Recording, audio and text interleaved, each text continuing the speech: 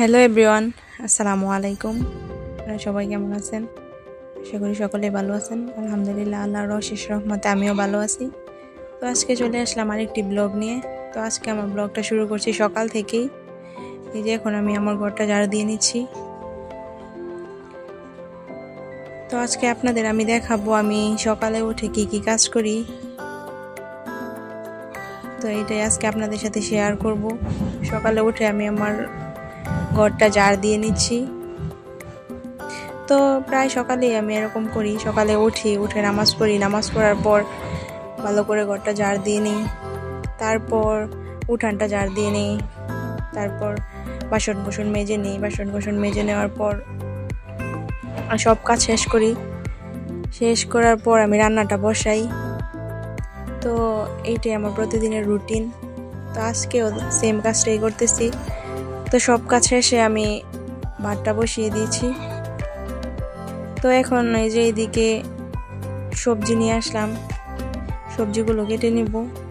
ওইদিকে ভাতটা হয়ে যাবে, এইদিকে আমার সবজি কাটাও শেষ হয়ে যাবে। তারপর আমি চুলায় তরকারি বসাবো, রান্না বান্না শেষ করব। তো এই যে দেখুন, আজকে অনেক রকমের তরকারি ছিল আমাদের বাসায়। তো কি রান্না করব ভেবেই পাচ্ছি না। তো এই যে পাতাকপি ছিল, তো এখন পাতাকপিটা ভালোভাবে কেটে নিব, পাতাকপি ভাজি করব। তারপর ওই যে পুঁই শাক আছে, পুঁই শাক দিয়ে আলু দিয়ে মাছ দিয়ে ঝোল রান্না করব। তো এই তো আমি পাতাকপিটা ভালোভাবে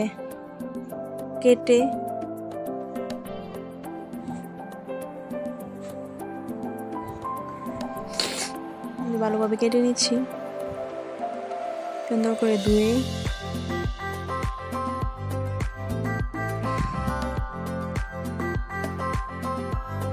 দেখুন এইদিকে আমার ভাতটাও প্রায় শেষের দিকে। এই যে এইদিকে আমি পাতাকপিটা ভালোভাবে কুচি করে নিচ্ছি।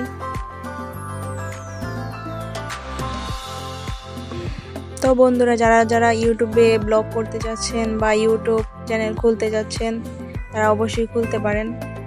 খুলে নিজের সাংসারিক ব্লগ, নিজের কাজকর্ম, ফ্রি টাইম কি করেন, এই সকল কিছু আপনারা ভিডিও করে নিজের চ্যানেলে দিতে পারেন। তো এটাতে সবাই উপকৃত হবে। তো এই যে এইদিকে আমি চুলায় কড়াই বসিয়ে দিয়েছি। এখন এটাতে পেঁয়াজ কুচি এবং মরিচ কেটে দিছি তেলের মধ্যে। এখন এটাকে ভালোভাবে ভাজবো। ভালোভাবে ভাজার পর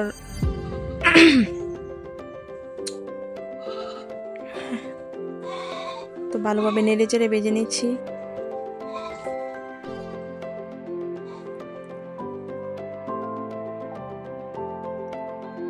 এই তো ভেজে নেওয়ার পর এখানে পাতাকপি, কুচি করে রাখা পাতাকপিগুলো এখানে দিয়ে দিব।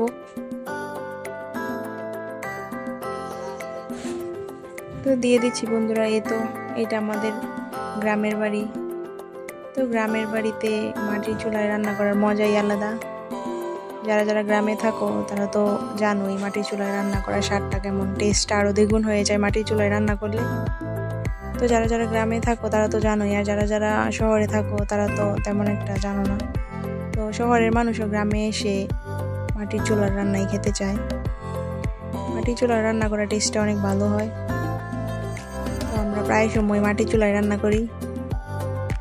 গ্যাসে কম রান্না করা হয়, মাটির চুলায় বেশিরভাগ রান্না করা হয়, কারণ আমরা গ্রামে থাকি, গ্রামের মানুষ। আমরা তো আর এত বড় লোক না, আমরা দিন আনি দিন খাওয়া মানুষ, খেটে খাওয়া মানুষ। তো আমরা মাটির চুলায় রান্না করি,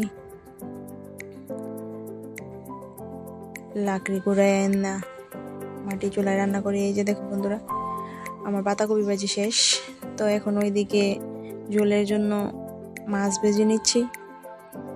তো আমাদের বাড়িতে অল্প মানুষ, আমরা 2-3 জন মানুষ, তো বেশি কিছু প্রয়োজন হয় না, আমরা অল্প কিছুতেই সন্তুষ্ট। তো এই যে দেখো, এদিকে আমার মাছ ভাজিটা হয়ে যাচ্ছে, ওইদিকে আমি সবজিগুলো ভালোভাবে ধুয়ে নিচ্ছি। মাছ ভাজি হয়ে গেলে মাছের ঝোলটা বসিয়ে দিব। তো বন্ধুরা, তোমরা আমার পাশেই থেকো, আমাকে লাইক কমেন্ট করো, আমার চ্যানেলটা সাবস্ক্রাইব করো, আমাকে সাপোর্ট করো, আমাকে ভালোবাসা দাও, তাহলে আশা করি আমি অনেক দূরে এগিয়ে যেতে পারবো। তো বন্ধুরা, ইনশাল্লাহ চেষ্টা করব আরো ভালো ভালো ভিডিও তোমাদের মাঝে উপস্থাপন করার জন্য। তোমরা আমার চ্যানেলটা সাবস্ক্রাইব করে দাও সবাই।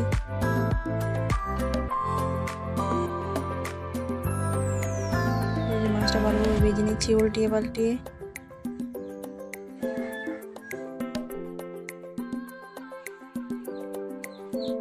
তো এই তো আমরা আমাদের সিম্পল লাইফস্টাইলই তোমাদের সামনে উপস্থাপন করি।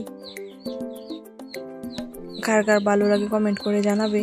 তো এই যে এদিকে আমি মাছ ভেজে রাখা তেলের মধ্যে পেঁয়াজটা দিয়ে দিলাম। এখন পেঁয়াজ মরিচ ভালোভাবে ভাজবো। ভাজার পর এখানে একটু পানি দিয়ে নেব।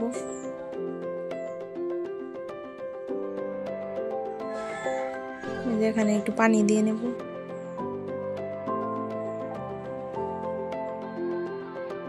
তারপর বন্ধুরা পানির মধ্যে মশলা দিয়ে দিব। মশলাটা তেলে দিই নাই, কারণ মশলাটা তেলে দিলে পুড়ে যাওয়ার সম্ভাবনা থাকে। পুড়ে গেলে তরকারিটার তেমন স্বাদ আসে না, তেমন টেস্ট আসে না। তো এই জন্য আমি পানি দিয়ে তারপর এর উপরে মশলা দিচ্ছি। মশলা দিয়ে যে এখন এই মশলাটাকে ভালোভাবে কষাবো। তো এই যে দেখো, আমরা লাকড়ি দিয়ে মাটি চুলায় রান্না করি।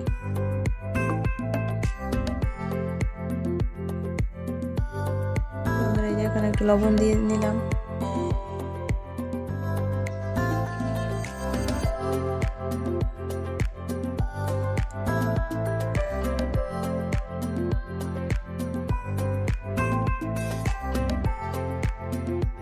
এখানে এখন সবজিগুলো দিয়ে দিব। সবজিগুলো ভালোভাবে ধুয়ে তারপর এই যে কড়াইতে দিয়ে দিলাম। তো বন্ধুরা, তোমাদের সাথে আরেকটা গুরুত্বপূর্ণ কথা শেয়ার করি। যারা যারা টিকটকের সাউন্ড দিয়ে বা টিকটকের গান দিয়ে ইউটিউবে ভিডিও ছাড়ছো বা ছাড়ো, অবশ্যই তাদের ভিডিওতে কপিরাইট আসবে।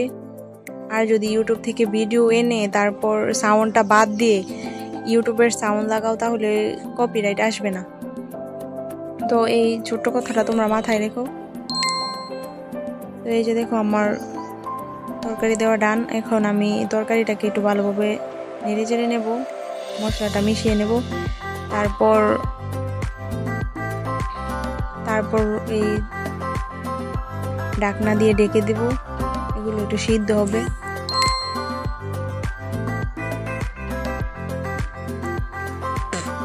তো এই তো চুলায় জাল জ্বলছে, লাকড়ি দিয়ে দিছি। তো এই তো বন্ধুরা, আমি কড়াইটা ঢাকা দিয়ে দিলাম। তো এখন অপেক্ষা করব। তো এই তো বন্ধুরা, আমার তরকারি রান্না করা শেষ। আমি এই পর্যায়ে চুলা থেকে নামিয়ে নিব। তো বন্ধুরা, আমার চ্যানেলে যারা যারা নতুন, তারা আমাকে সাবস্ক্রাইব করে আমার পাশেই থাকো।